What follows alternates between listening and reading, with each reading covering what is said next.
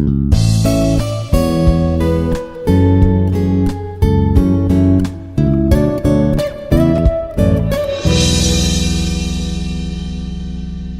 morning, one and all. I am Dr. Ramya Swetha, Assistant Professor, Department of Civil Engineering from Institute of Aeronautical Engineering. Today, our topic is geometric properties of arches. So, in analysis of structures, first we have to understand what are the various types of arches and how the geometrical properties are going to there in that particular kind of structures. So here in this arches, so it is nothing but a curved structure. Arch, it is nothing but a curved structure, whether it is maybe semicircular, parabolic, different types of shapes are there, various shapes are there. So according to the requirement of the project, we are going to adopt the shape of the arch structure. So it is a curved structure that spans a space and supports loads primarily through compression. So in arches are used extensively in civil engineering and architecture because of their ability to support the large loads while using minimal materials. So this is nothing but an arch. So it is important. As a civil engineer, we have to understand of the arches. They are able to support the large loads while using the minimal materials. So in this arch, we have move on to the parabolic arch. It is nothing but that geometric shape is nothing but y is equal to ax square. In this, x is nothing but the horizontal distance. Horizontal distance from center vertex of the arch, and y is the vertical height of the arch. Vertical height of the arch. So these are the things, this is the equation which we consider for this parabolic arch. In this parabolic arch, according to the geometric shape, so in this, the parabolic arch is particularly efficient in handling uniformly distributed load, that is nothing but UDL. So these kind of parabolic arches are suitable whenever the uniform distributed load conditions are there. So under such loads, the induced bending moments are, it means once this kind of parabolic arch which we consider, so in this parabolic arch uniformly distributed load is acting in that. So it means the bending moments, whenever those kind of uniformly distributed loads means it induced the bending moments are minimized and the load carried primarily through axial compression is the key characteristics which we observed in our parabolic arch. So, in this, what are the various, in these arches are fundamentally structures in civil engineering and architecture known for their ability to efficiently transfer loads. So, in this, especially in this particular topic, we are understanding about the geometric properties of the arches help engineers and architects to design stable and strong such structures. So some of the key geometric properties which we are understanding in this particular lecture. So here, span. How much span of the arch is the one of the important parameter, whether it is parabolic, whether it is circular. So this is nothing but the span of the arch. So it is also known as the springing points. So it is important to determine the overall width of the arch and impacts the structural design and load distribution. So this is the one of the geometric property, geometric thing which we are understanding in arch, that is one is the span. So how much span it is required, and the next one is the rise. So the vertical distance from the springing line, this horizontal line to this vertical distance. So whenever the highest point of the arch, this is nothing but the rise. It is notated in terms of r. So the vertical distance which is from this horizontal axis are the springing line which we are called in arches. So from this springing line to the highest point of the arch height, that is nothing but the rise, which we are called it as rise in our arch shape. So the rise affects the shape and height of the arch as well as internal forces within it. So higher arches can span longer distances but may require more material. So whenever we are choosing the rise affects the shape and height of these as well as internal forces within it, the higher arches can long spanner distances but may require more material.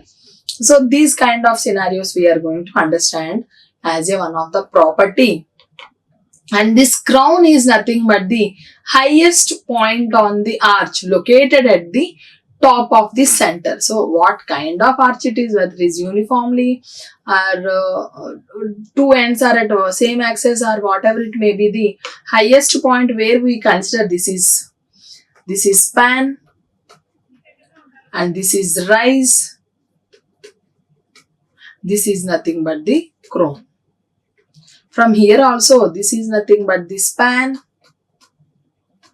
This is nothing but the rise. This is nothing but the crown. Highest point of the arch located at the top of the center. So the crown is crucial for determining the overall height of the arch and how the forces are distributed through the structure. So here the thickness and next parameter, the span and rise, and next one is crown. Now move on to the thickness.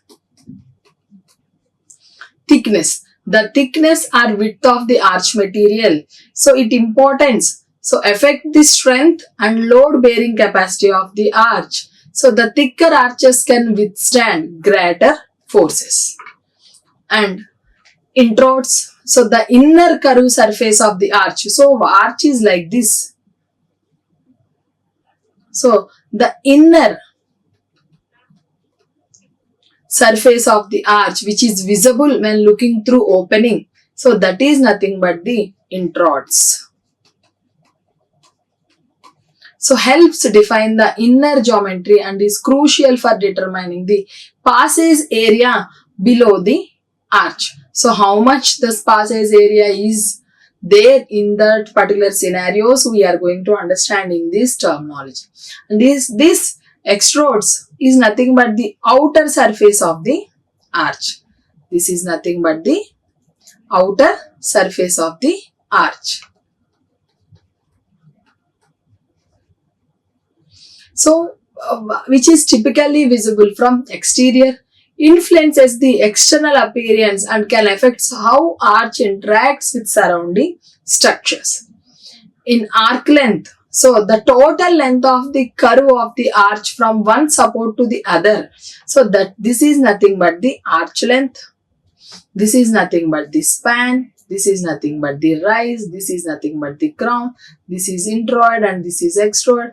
These are the various parameters which are involved in this. So now, so this length, this is the arc length total. So the total length of the curve of the arch is nothing but the arc length. And in radius of the curvature, so in this radius of this circular segment that forms the curve of the arch, in case of circular arches, we are going to understand this radius of curvature. So this affects the curvature and shape of the arch. A larger radius results in flatter arch, while a smaller radius creates a steeper curve. So in abatements, So the supports at either end of the arch which bear the horizontal and vertical forces, that is nothing but the abutment. So in this, abutments play a crucial role in resisting the lateral thrust produced by the arch. Their designs is critical for the stability of the arch structure. So in this thrust, the horizontal force exerted at the springing points due to the weight of the arch and any additional load, and it is important, it needs to resisted by the abutments or the other structural elements to prevent arch from the spreading or collapsing.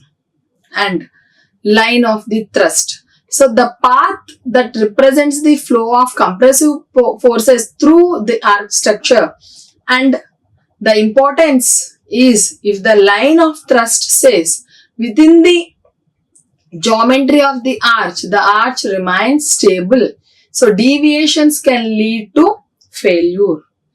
So in mechanical properties, so axial compression and this lateral thrust comes under in this arch. So in axial compression, arches transfer most of their load through axial compression, making them very efficient in handling vertical loads. In lateral thrust, arches generate outward horizontal forces at their base, which must be counteracted by strong abutments or other structural elements. So these two comes under this mechanical properties of the arch. So why use of these parabolic arches?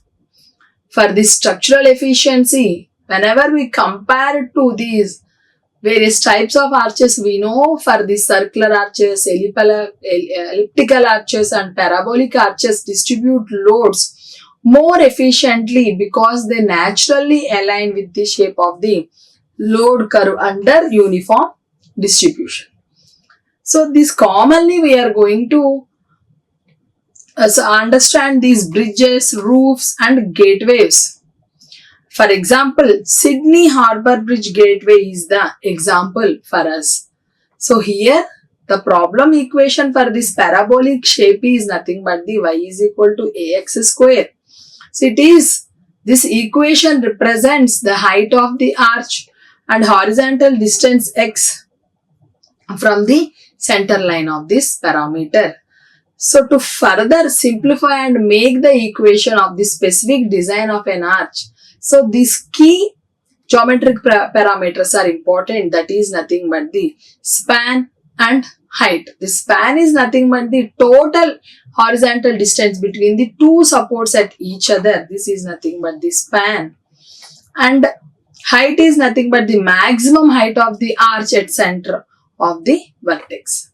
So these are the geometric parameters which we are going to consider. In this arch geometry, the supports of the arch are at x is equal to plus or minus L by 2. So and the height at these points is 0. Since the arch meets the ground at the center of the arch, x is equal to 0 and the height is equal to h.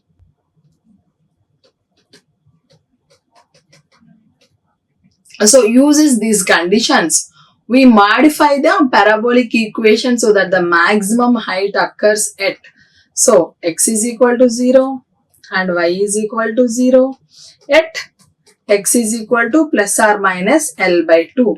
So now y is equal to 4h L square h x square. Here y is the height of the arch at any point,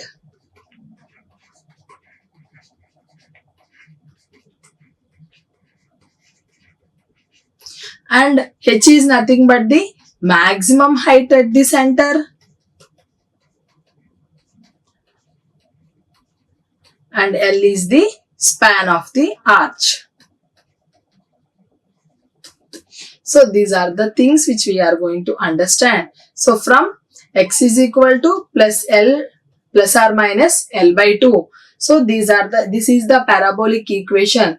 So we are going to apply this x is equal to 0, y is equal to h, x is equal to plus or minus L by 2, y is equal to 0.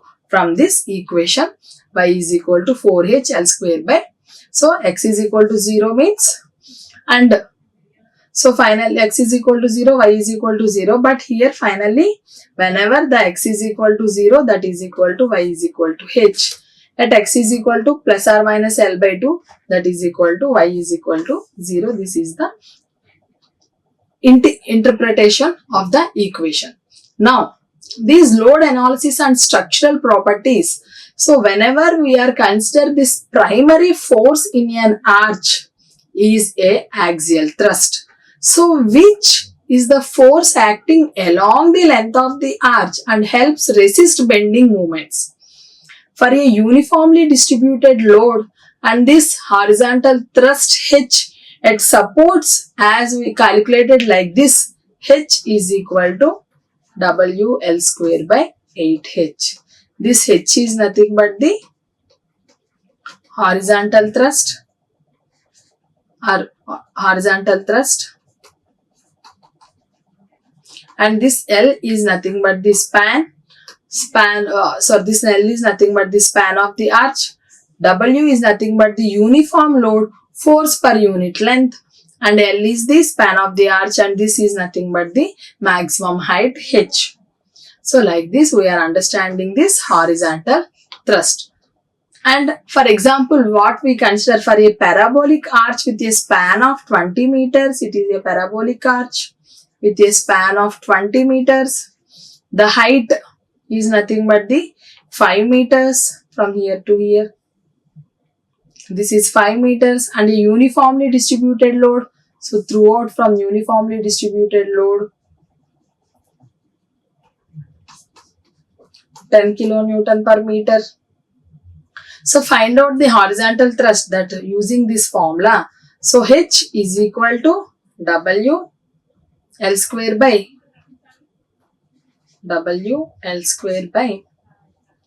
8H. So using this formula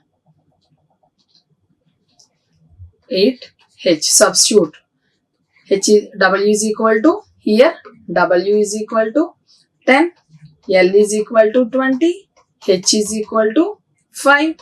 This is the thing. So now horizontal thrust. So W is equal to 10, L is equal to 20 square by 8 into 5. Finally that is equal to 100 kilonewton is the horizontal thrust for the given parabolic arch with a span of 20 meters, the height of 5 meters condition. Now bending moments. While parabolic arches minimize bending moments under uniform loads, they are still present. So the bending moment at any section of the arch can be calculated by the formula moments with respect to x, horizontal into x minus Vx into x. So now this is, so here m of x is nothing but the bending moment. M of x is nothing but the bending moment at a distance x from the center. H is the horizontal thrust. Horizontal thrust. Y of x is nothing but the height of the arch at any point or required point where we are going to consider. So height of the arch, and Vx is the vertical reaction it supports. So now, so uniformly distributed load, this vertical reaction at each support is equal to WL by 2. So the vertical reaction at the supports for parabolic arch under the load, half of the total load, that is simply calculated as V is equal to WL by 2. So like that we are going to understand. So in this real world application, this parabolic arch, that is nothing but the Sydney Harbour Bridge. So this is one of the most famous examples of the parabolic arch in a bridge. The shape allows the bridge to carry large loads efficiently across a wide span. So the arch supports the deck below and transmit the forces to the foundations. This is the arch. So this is the one of the famous example which we consider for this parabolic arch. This is nothing but our span. This is nothing but our rise, and this is nothing but the introdes and extrodes. So these are the things which we are going to understand. This is the length of the arch, total length of the arch, like that we are going to understand. This is nothing but the rise, this is nothing but the span. So this is the parabolic arch, example of the parabolic arch. So in this other application in roof structures, so these parabolic arches are used in large span roofs such as in stadiums, where the arch supports the roof, minimizing the need of internal columns. And tunnel design also. In civil infrastructure, parabolic arches are used in tunnels where the shape helps distribute the earth's pressure efficiently. So these are the other applications where we choose these parabolic arches because of their geometrical conditions. And coming to the circular arch, so shape of the circular arch, when the arch forms exactly half circle, it is like a half circle. So like this, once we consider any kind of circle, it means, so it is a circle like this.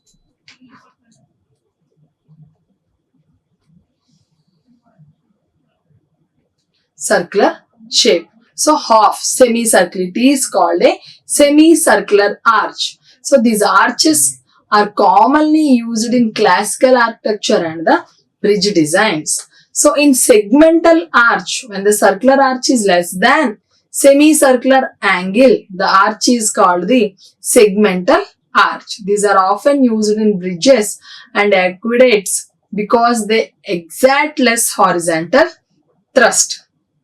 And from circular, this rise and everything is same. For this rise, h is equal to r minus root r square minus l by 2 whole square. So this is the formula in circular arches to find out the rise of the arch. So here r is the radius of the circle, l we know that is equal to span, h is equal to rise, and arc length, that is nothing but s is equal to r into theta. R is nothing but the radius of the circle. Radius theta is the central angle in radius. Theta is nothing but the central angle in arches. Theta is nothing but the central angle that gives the arc length in circular arches. So in this compressive strength, these are the structural efficiency where we are consider these circular arches transfer most of the applied loads as compressive forces. So in this, whenever we are using these circular arches transfer most of the applied loads as compressive forces, this makes them highly efficient structures, especially when built with materials that they have high compressive strength like stone or concrete. So in thrust resistant, a circular arch generates outward thrust at the springing points, which must be resisted by the abutments. So these larger arches are arches with a lower rise will produce higher lateral thrust. So these are the structural efficiency which we are consider from these circular arches. In parabolic arches we are adopted for whenever the uniform distributed load. We require structural efficiency in compressive strength as well as the thrust resistant point of view. We are going to choose these kind of circular arches. So in this circular arch, as a compressive strength efficiency transfer, these circular arches transfer most of the applied loads as compressive forces.